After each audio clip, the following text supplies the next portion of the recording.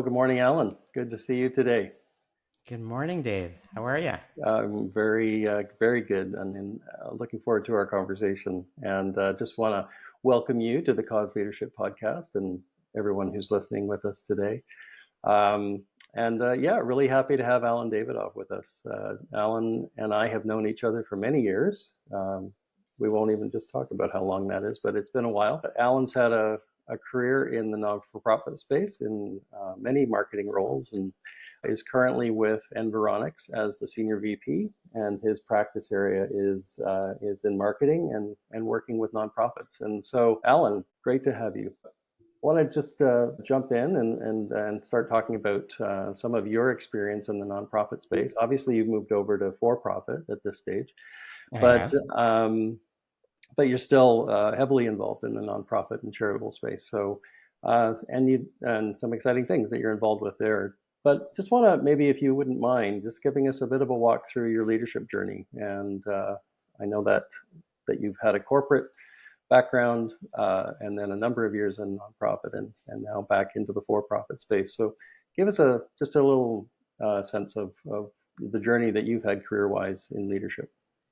No, thank you for having me today. I'm really excited about our conversation. I've listened to the other episodes, and I think the podcast is off to a great start. So I'm really honored to be here today.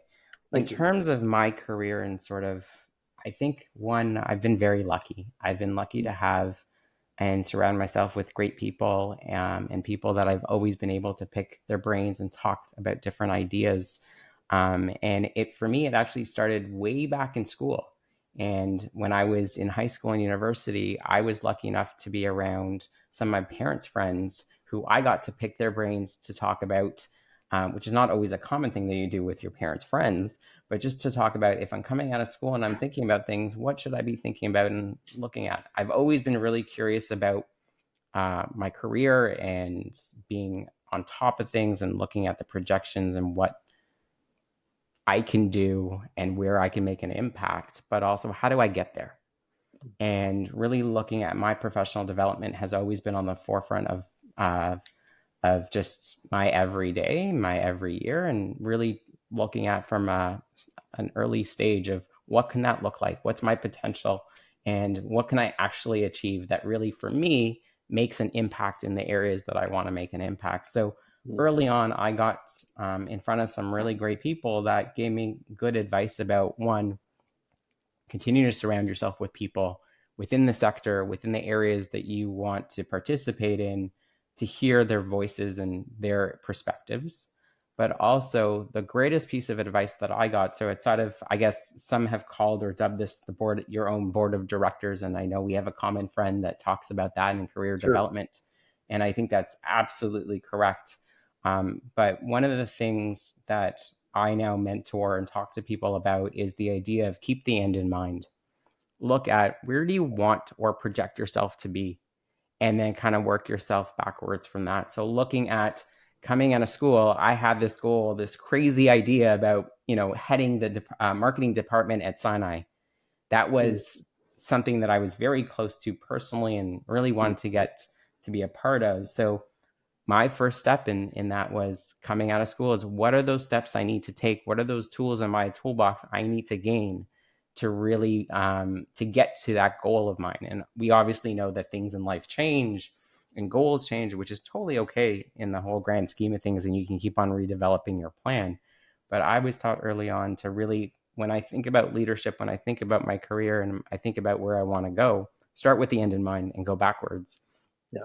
Yeah. and build Reverse yourself up engineering. from that. So whether it's tools that you need to get, whether it's specific marketing degrees or whatever you need to go get and focus on in school, go get them, and what or certificates. But also from a leadership perspective, think about all the things that leaders do. So that was the first piece of advice I got was if you want to lead a team, if you want to lead a department or lead an organization, think about what does that leader actually do. So outside of showing up to work in a fancy suit or whatever and look pretty in front of podcasts and others, think about what are the HR perspectives that you need to understand. What are sort of the mentorship, other facets, financial facets, other things that you need to attain to get to that goal. So when I think about my leadership projection and sort of where I've come from to where I am today, that's always sort of what I think about is Mm. what do I need to do to fit into that role and to really excel and make an actual impact. So my career started that way. And along the way, if I think about my journey, I've been lucky enough, like most others, to get into roles that I was able to learn from really smart people, whether it's a CEO of an organization, whether it's an HR professional or a committee or a board member or whatnot, and sort of grow my capacity as I went through. But in all of that, I was very intentional in terms of if I'm at X organization, and I guess anybody could look on LinkedIn where I came from. So, if I was at Habitat, what am I learning at Habitat from a Mm. leadership perspective, from sort of my growth perspective? And then what am I learning at Canadian Breast Cancer, which the next organization, what am I learning from Sinai Hospital and others? So at each opportunity, I kind of assessed and kind of spent time thinking about this with people around me in my circle, thinking about Yeah. what can I learn from this opportunity that can help me continue my path forward, and also give the same sort of advice for people behind me in terms of mentorship on my team Yeah. and or others that reached out. Yeah, thank you, Alan. And you brought up a really great point there just around mentorship, but thank you for walking us through a bit of your career journey that way. I just want to step back because obviously at some point you were an emerging leader. Now you're an executive leader in your organization. But what are you hearing from the emerging leaders in the sector today, in the charitable sector today? What are some of the challenges that they're communicating?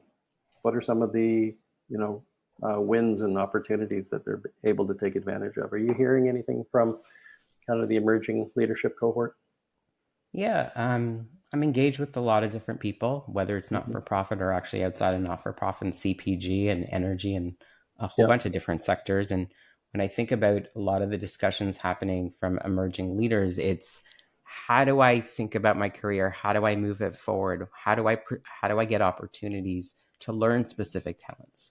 So Yeah. similar to what I just shared, it's sharing with them opportunities that they can think outside of the box.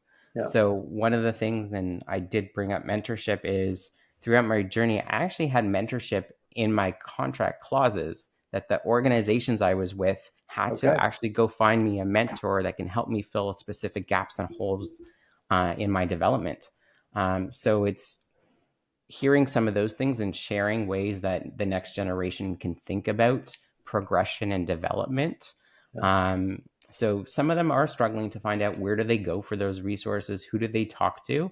So whether it's through the CMA and sort of their councils and mentorship programs there, or AFP and other places, kind of guiding people to, there are great opportunities to go to a conference and network and talk to leaders and connect Yeah. with leaders.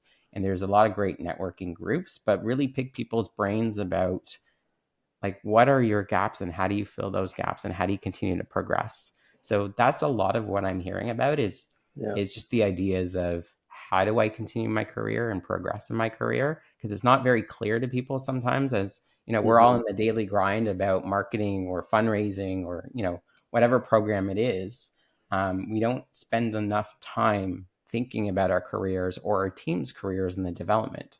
Yeah. So it's one of the areas that sometimes gets left off at the end of the day, at the end of the week, at the end of the month. So I think Yeah. we can all do a little bit better of a job of like helping our teams focus on those things, because as we um, help grow the next generation, it helps our own organization, helps ourselves. Because I've learned a lot through the process of mentoring others and Yeah. talking with others, even for myself. It's reinvigorated me a couple of different times, and it helps grow our sort of next gen group as well down the path, which we're going Yeah. to need and rely on as sort of the shifts and things that are changing and happening within the sector. Yeah. So Yeah. those are some of the things I'm hearing. I'm also hearing about people just looking at how do I get myself into that role and gain that experience? Because that's Right. probably Yeah. something that you hear about a lot about Sure. in terms of this role requires X or Y. So how do I make that leap and how do I get some of that experience? Yeah. Yeah. Absolutely. Thank you. Yeah, I mean, mentorship, I think, is one of the key elements, especially for the sector today. We're seeing, and you and I have chatted about this, we're seeing kind of the largest leadership transition that the sector has faced in decades. So some of those, key leaders are leaving the marketplace. Some to retirement, others are perhaps have shifted over into other sectors. But I think we see a big cohort that is moving towards retirement, and then Gen X maybe isn't necessarily the fullest solution to the issues of leadership transition. And so I see, and kind of our greatest hope, I think, is out of the top end of the millennial group right at the moment, mid 30s to early 40s category, where they've gotten some leadership experience, but not necessarily led at the most senior levels yet. So to your point, lots of transition that's happening in the sector. If somebody's looking to value or gain value from a mentor like yourself, um, what would you recommend that they do? To just cold outreach or work through their warm networks? What are some advice around that and finding a mentor today? I think it's a mix. So we're all surrounded by people. We all have bosses that we report into, and sort of having those discussions. I frequently have had discussions with my boss to say, I'm looking for a mentor that can potentially help me in this area. Would Yeah, you be willing to help me find someone in your network that maybe I can connect with?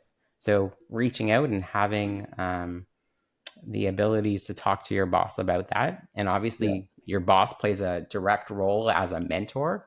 So sure, having that conversation of expanding that and getting someone outside of the direct sort of connection is always helpful. I find even with my teams, I'm oftentimes helping them find network mentors outside of the current network of our staff and our company. So I think it helps give a little bit different perspective, someone yeah, to talk to that's not within sort of the walls of your organization is definitely absolutely. helpful. Hmm. I think also just going to networking events. There's a lot of great associations within the not-for-profit, CAGP, AFP, the CMA. That there's great networking opportunities to meet new people at your own level, to meet new people at more senior levels, pick their brains and talk to them. And I think naturally that opens up opportunities to maybe look at asking someone. And I've Yeah, sometimes even just asked someone to say, I actually did it very recently, where I said to someone, I think I can learn a lot of great things from you in 1, 2, and 3. Would you be willing to sit with me once a month, for an hour? Happy to yeah, buy you a coffee if that's the case, even buy you lunch, and just pick your brain and kind of work through that. So they yeah, said yes. I got lucky, and excellent. we had that. We've obviously had that discussion, and I understood that we had a rapport. And then it just very simply just lining up what you want to talk about and where you want to grow. And I think, to continue the talk around mentorship, that's possibly the good and the right and the wrong that people make. The wrong Mm, steps is you go into mentorship expecting people to just open their souls and everything in their head to you, and not having it being structured. mm, So, what I've been taught through the years is it's good to have a mentor on a specific task in a specific area with a specific goal in mind. And that's something that you outline with the mentor after you obviously see that there's a connection, there's an opportunity. But when that's done, it's either you find something else to kind of focus on or you kind of move on to the next one, which is not yeah, actually a bad thing. And a no, lot of people, when they think about mentorship, they kind of, sit back a little and say, well, that's not really nice. But it's actually okay to kind of talk to someone and yeah, help you fit a particular goal and reach your particular goal and then kind of move on to someone else. yeah, yeah, yeah. No, I think we can have several mentors, and not all of them have to be for the lifetime, right? They can be Exactly. for a Exactly. period of time, and frankly, mentors are probably very busy people already, and Mm. so to even have an expectation of them to be a long-term mentor might be erroneous. It may work out that way, which would be awesome for some people, Yeah. but it can be very targeted as well. So Yeah. And they may become part of your board of directors, if I borrow that term yeah, from a common friend, and someone that's in your network that you can go to from time to time to run yeah, ideas by and just think through different problems. yeah, And most yeah, times those mentors do become those people. for sure. But when you're thinking about mentorship itself and trying to solve a particular task, Yeah. or get through a particular problem, get you to a goal. Um, they don't need to be forever. It's not Yeah. a forever. Yeah. Yeah. Absolutely. Good. Alan, so let's just shift gears for a second here. Tell us about Environics, who they are as an organization, and then if you can just give us a bit more of a detailed perspective on your role there and what you do. And then we'll use that as a jumping off point for some further discussion. Good. So, Environics Analytics is Canada's premier data analytics firm. We work across 22 different sectors. Not for profit is one of my focuses and one of my team's focuses. I've been doing it for nearly 8 years right now. And Okay. before joining, I actually was a client of theirs for about 6 to 7 years in a bunch of different firms, or not for profits, I should say. So, been Yeah. working with them in data for quite some time. We do work primarily in two areas. One, to identify who your donors are and expand the knowledge, build personas out of who are your donors, what do they look like, what's sort of their wealth capacities, and then the connection to you, and what are their opportunities to give. Hmm. So that's really the two key areas that we play within the not-for-profit space. And we are involved with charities across the country from coast to coast to coast. We also work with some charities in the United States as well, but we focus on Canada. From time to time, we even also delve into volunteerism. So looking who are your best volunteers, can you reach and get more volunteers as well. So Okay. all the different dynamics of the Canadian population. So using data to understand the Canadian population and Yeah. then tying it back to your organization. Okay. So data and the analytics of that data, it's been around for years, obviously, but it seems to be growing and growing even more so these days. I know charities are looking for people with data and analytics background and bringing them onto their teams and that type of thing. What are you seeing as far, are there any trends that you're seeing as far as data analytics and the kind of talent that charities are looking for? Can you give us a bit of perspective on that? Yeah, absolutely. So the evolution of data analytics was slow at first. So it's been around for a really, really long time. Yeah. I mean, EA's been around for over 21 years. So we've been Mm-hmm. doing work in the space for quite a long time. And there's a number of companies that have been around a little bit longer. Yeah. So in terms of the evolution of data, as a charity, we collect a lot of data through tax receipt information, through other engagements, volunteerism, events, all different types of registration. So charities have been housing a lot of data for decades. Yeah. And now with different technologies and abilities, it's easier to utilize data to really dig into and analyze and mine. So Yeah. we're at this great crossroads of opportunities where the technology and the effectiveness of technology, but also the cost of technology and abilities have sort of caught up with all the data that we collect. Right. And so the opportunities now for charities of all sizes. And a lot of times I know when I talk about data and analytics, people think, okay, that's only the really big charities, the Right. ones that you hear about, whether it's the Sick Kids or the Heart and Strokes of the world, the really national or the big charities. They're the ones that can afford it or do it. But the honest answer is medium size and small charities can also work with data and really find some value. There's opportunities to do it in a smaller and more tangible way. And I think about, social media. We're all on social media. So Mm-hmm. looking at the activities your organization has on social media, who follows you on social media, that's all data that you have at your fingertips that you can start to capture. Yeah. Obviously, the tools and technologies could be different from the bigger organizations, but it's an opportunity. So what I'm seeing is the shift in the mindset of the not-for-profits thinking there's opportunities here to maybe be a little bit smarter about how we utilize data. And now obviously AIs come into the picture as well. So Sure. what can we learn from AI that can enable us maybe to have an extra person, an AI person at the table to look at how do we expand our teams, both abilities to run a campaign or a fundraiser, as well as their knowledge base and development area. So Okay. what I am seeing is that more charities are thinking about data a little bit differently. It's not just the CRM tool that we have, Right. but looking at as opportunities to dig into. We have this great pipeline of annual giving donors. So analyzing who's in that pipeline can present you with a mid-level gift or an annual or a major gift. Right. So more and more charities of varying sizes are looking at that a little bit more. And And I think, to be honest, between you and I, the not-for-profit has been ahead of the curve on a lot of this stuff. If you think about our annual gift programs and our direct mail Sure. programs and the things that we all do. So it's just, I think the rest of the world's sort of catching up to us. Sure. But it's just more about resourcing and kind of looking at where do we invest our resources? So do we invest it in someone that really understands data and mining? Do we invest it in a partner potentially like Environics to Right. come in and help a creative agency kind of figure out what's the right mix of personas that we had that we can rightfully target them, and so forth. So Okay. the mind shift is kind of changing a little bit in the for profit, I would say, from marketing all the way through fundraising. Yeah. It's great. It's exciting to see, because the beautiful part about what I get to do and my team gets to do is we get to interact with so many great charities.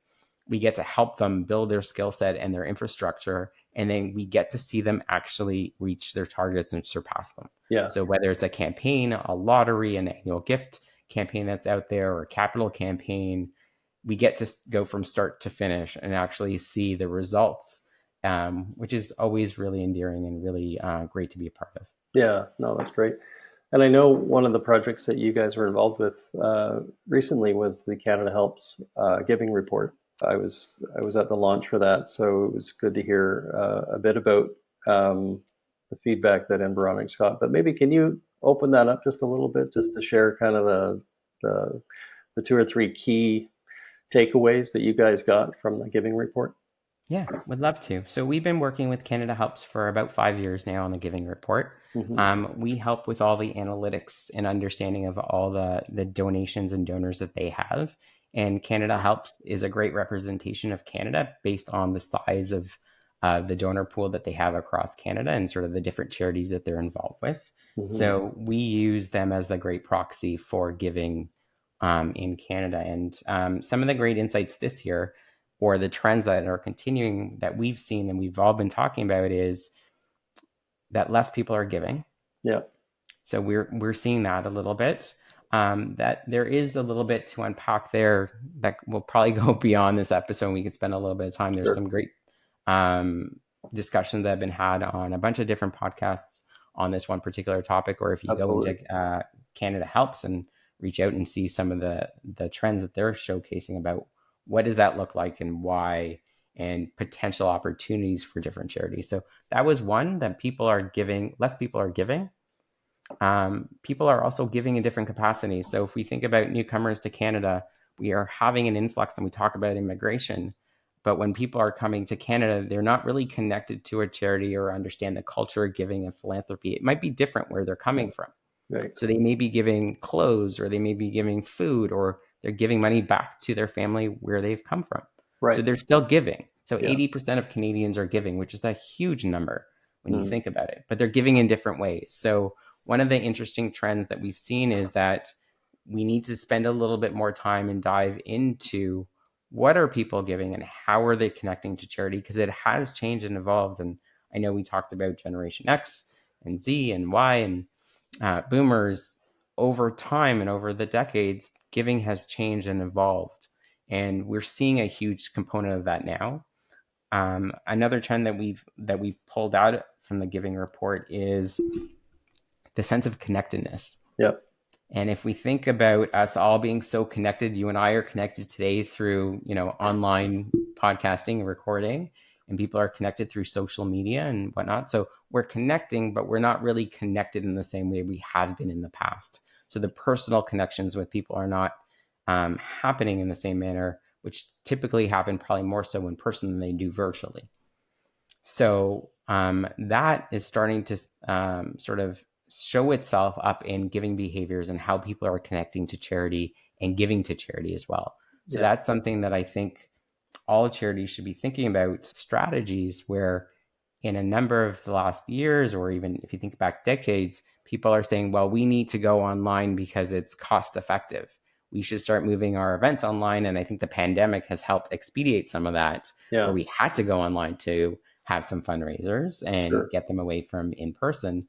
But that's had a repercussion, because we now as a community, and when I say community, different charities obviously have community, are not making the same type of connections. So you're not connecting with people, you're not connecting with causes in the same way. And that's come out in the giving report, and potentially why sort of giving numbers are going the way that they're going as well, because it's easy for me to give you $5 through a podcast or connect, but I may not give to you in bigger numbers because I'm not connecting to you as much as well. Right. So Yeah. that was another big trend there. And also just different types of causes and what people are connected to. Yeah. There's so many causes out there, whether it's environment or healthcare. A lot of things are happening in the world around us. Yeah. Every single day, there's something happening, whether it's a war or a healthcare thing or an election. So people are being asked, and the economy is not helping on that. So people are Yeah. rethinking again. It's happened before in our history. People are rethinking the amounts they can give to something. So if they Yeah. have $100, maybe they'll pull back and divide it out into more charities versus how they used to do it. Sure. So those are the different sort of trends that we saw at the Giving Report that I think a lot of charities have an opportunity to sort of sit down with and unpack and kind of relate to, what does it mean for my charity, my small charity that has 3 volunteers and maybe 3 fundraisers working, that's looking to raise $1 million. Yeah. How do I sort of think about my strategy around events and virtual, sort of how I show up as a charity and sort of connect with my community and sort of the people that might be interested in my cause but just don't know about me either. Those are critical takeaways for sure, Alan. I mean, I think the one that concerns people the most is that we're hearing about a downward trend as far as givers, number of givers. But when you're sitting with a client, and that's the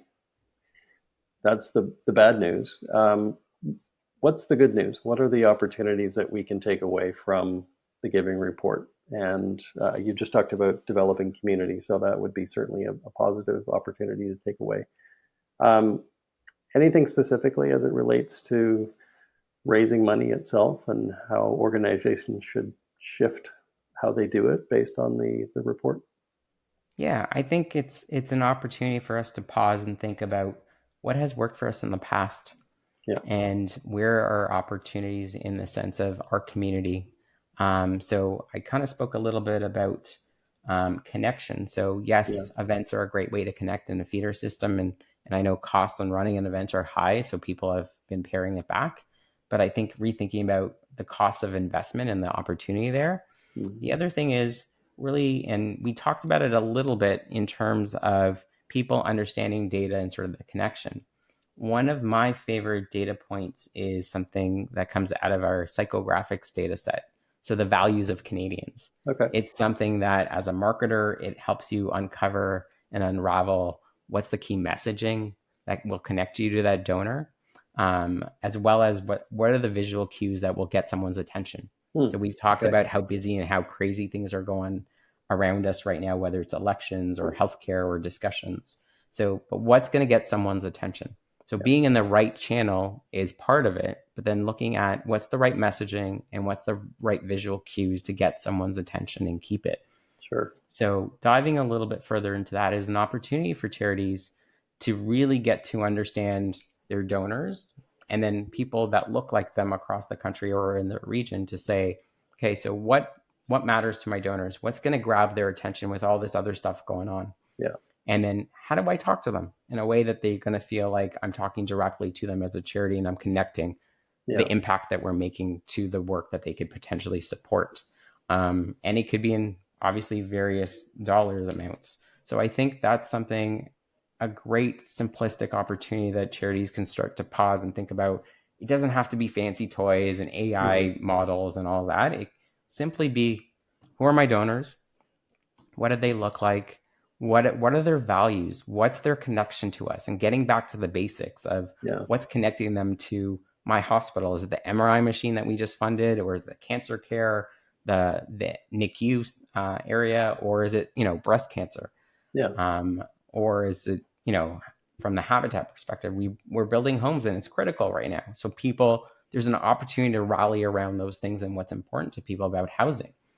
So it's getting back to those sort of fundamentals is the opportunity for charities to do that, to really expand and dig a little bit deeper into that. And I'm going to use an example I just saw in the last couple of days in the American election. Okay. There's potentially a new leader who has raised $81 million in 24 hours. Right. Amazing. And yeah, and the amazing part, and I think a great lesson for a lot of charities, is most of those gifts were $5 and $20. Yeah. It wasn't the big donors that showed up with their big paychecks. And there's, a good portion of that, I think, was what I've heard is $20 gifts. Yeah. So coming back to people and just saying, can you support us with a $20 gift will make a big difference in our campaign. Charities can learn from that and just say, there's great potential of, obviously that's a bigger example, Sure. but Yeah. it's an example of really understanding who your donor base is, tapping into sort of those emotions and those values, Mm-hmm. and really connecting to them to say, we need your gift for X, and sort of seeing what the potential is with that. Yeah. Um, I'm sure in your work you talk with a lot of fundraisers, Mm-hmm. the folks that are kind of on the front lines or responsible at least for the revenue line for the charity.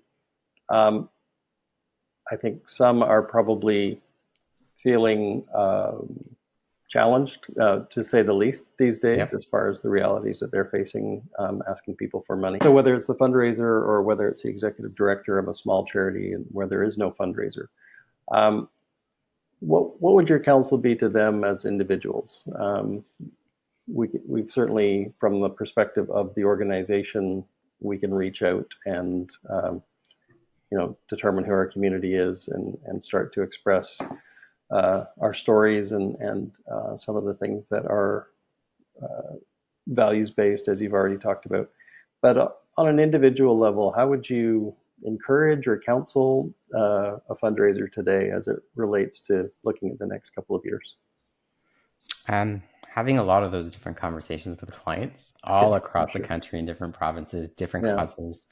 And really, a lot of what we talk about is sort of the development in the areas of data and analytics, and just different opportunities where they can tap into. And obviously, I'm giving a little bit of a personal plug to Environics, yeah, but there's a lot of great vendors out there and partners and marketing partners that are starting to really wrap their heads around how data could be a part of it. So we've talked about some of that messaging and what marketing can do.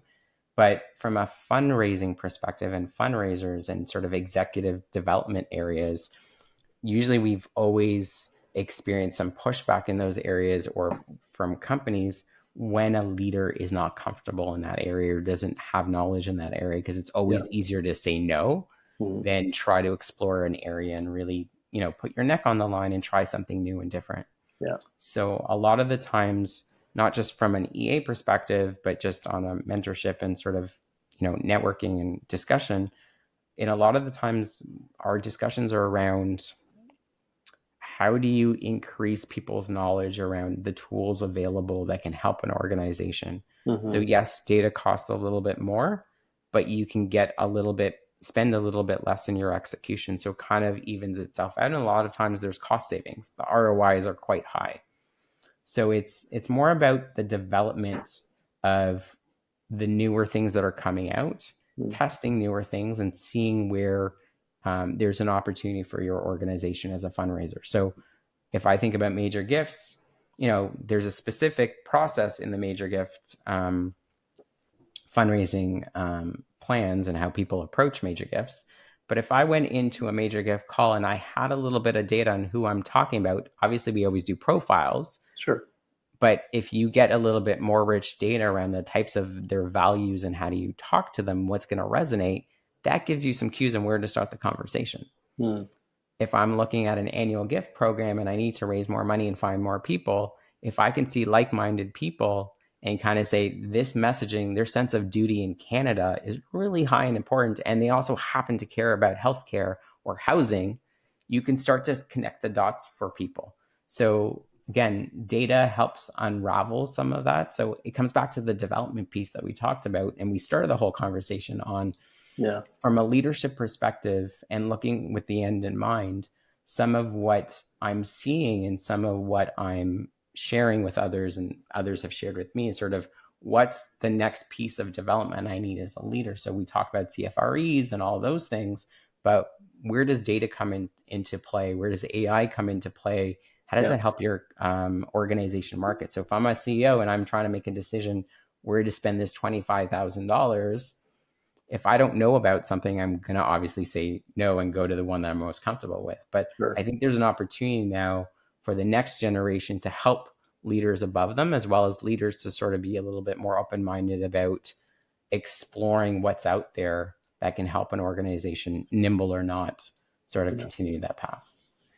Maybe just to rephrase what you just said is that what got us here isn't necessarily going to get us there, right? And Right. so there's a bit of a sense of not opportunism, but what are the opportunities that that organizations can look at and say, okay, this is what we did in the past. It's no longer working. What can we do as far as the future is concerned? And one of my thoughts around that too is just the talent element. We've had some long-term leadership in the sector, as we talked about earlier, that's starting to exit, and yet we've got some really, really great talent coming in behind, but not necessarily experience at the level that that either they might want or that the sector needs.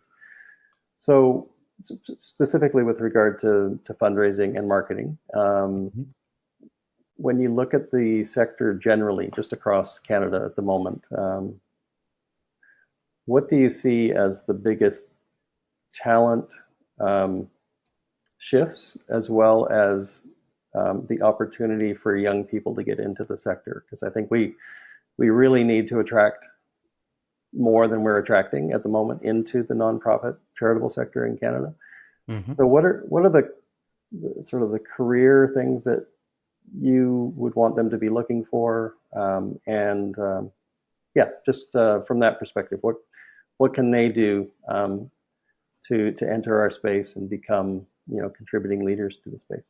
Yeah, I think the not-for-profit has always had a reputation of not paying enough, or not being able to have a big enough budget to actually do anything. So from a marketing lens, that's always either been a prohibitive part from people entering in or crossing over. Yeah. But that has dramatically changed. Charities have stepped up and sort of changed their pay bands and sort of what they're able to attract. So I think charities are doing that, and it's starting to be reflected in a lot of what we see.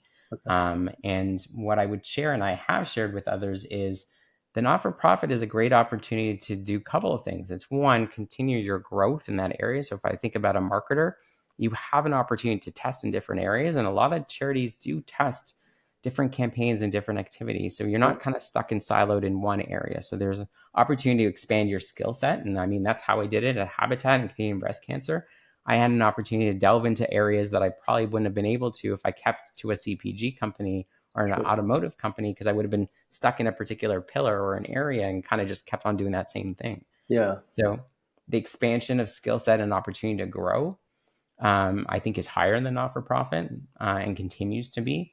And when you think about the different partnerships that not-for-profit get into with corporate Canada, there's an opportunity to leverage new, exciting campaigns and work as well. So that's not always seen. So if you look at, Heart and Stroke partnering with a partner for an event or something that they're doing for the lottery, that's an opportunity to leverage those things that I think, as a marketer, that excites me. Yeah. If I think about Sick Kids and their great campaigns that they partner with their agencies, that's exciting work that everybody notices. So I think from a marketing perspective, there's great opportunity.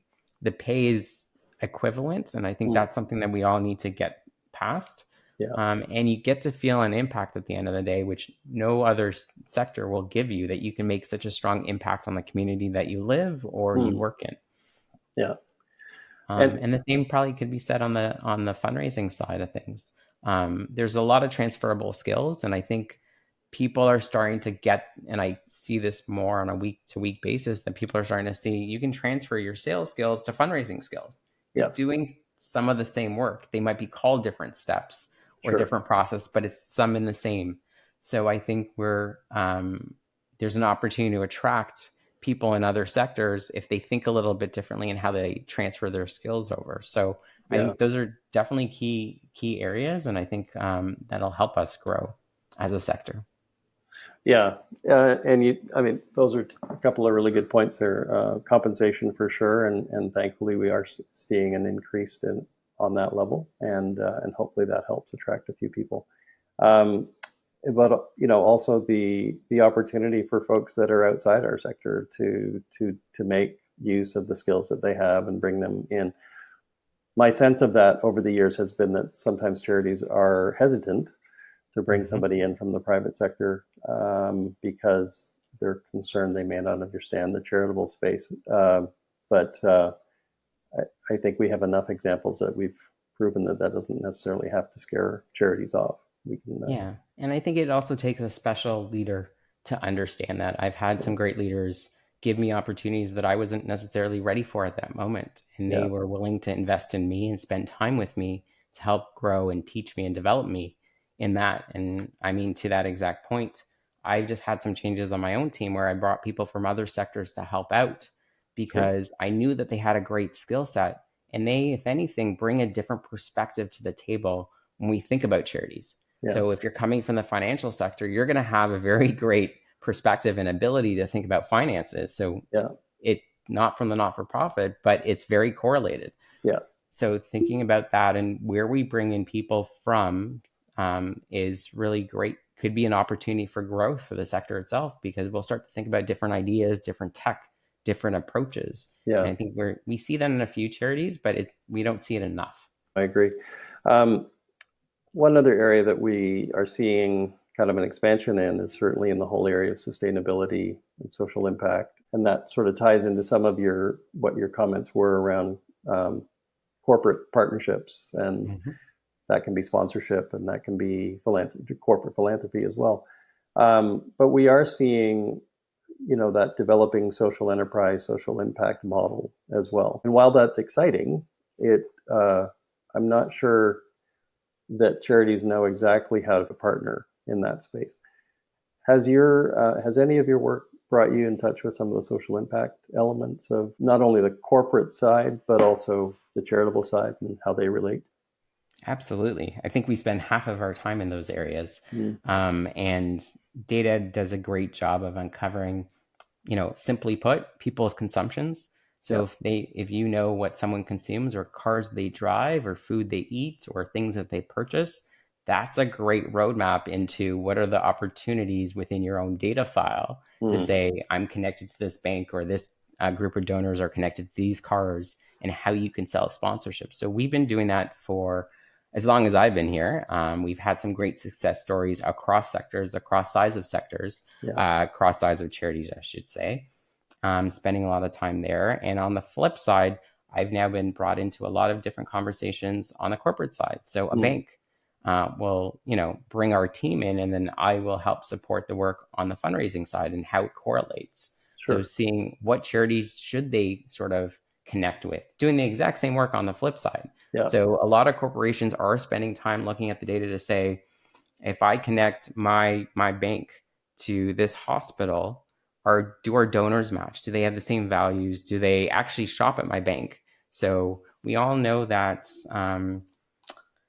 different corporations, if I use the banking example, have a cost per dollar on acquisition versus retention, if you yeah, put it simply. And that could be across sectors as well. So looking at if your charity has 50% of my people that bank with me, there's a great way to retain them and get engaged. yeah, So there's a great correlation there. But also, if the other 50% are with three other banks, which one of those can I actually steal and bring on board as well? So there's a sure, value to that bank for charities to think about in that manner. So it's not just what we used to do over time is logo soup and put your logo up on an event, and that gives right, you the promotion and involvement. But now it's actually people are getting smarter on both sides, where a lot of corporations are saying, okay, my base of customer looks like X, and they consume this and they interact with this, and these are the causes that are important. Or even from a health perspective, there's data sets that uncover breast cancer or other things. yeah, So they're looking at within my community which are the best causes to connect with. So charities, we've been helping charities see it the other way and sort of connecting the two, and we've had some great stories of one in particular I can actually call out. I won't name names, but there was a charity that went into an automotive dealership to try to sell them on a sponsorship for an event. And the second they started talking about our data and sort of the correlation, the automotive company said, okay, you can put that to the side. We use the exact same data. We know the connection. Let's actually talk about what this could mean and what this could look like. Great. So they didn't have to do their elevator pitch. They didn't have to go through a 30-page slide deck. But it was one of the great stories that's always stuck with me, is that that's where, as a charity, we need to get a little bit smarter to utilize that, to understand that, our causes are great and they have value, and that's important. But also the people, the donors connected, doesn't even have to be 30,000. It could be 100 people. Sure. But if 100 people are the 100 people that could buy a car, there's a huge value in 100 cars being sold. Yeah. And it could be such a small number, or even 50 people. So uncovering those things and those connections are what we do probably half of the time when we're not talking about major gifts or planned gifts or other things like that. And it's really exciting to see the light bulbs go off on both sides, actually, to say, oh, this charity makes a lot more sense for me, versus, my CEO said, I want to connect with this charity, or executive said we should support this charity. There's a value prop and a ROI when it comes to those things. That's great. Yeah. There's the temptation when we look at the charitable sector today to say, it's undervalued in some respects, it's underfunded in many respects, but there's so many organizations doing such great work.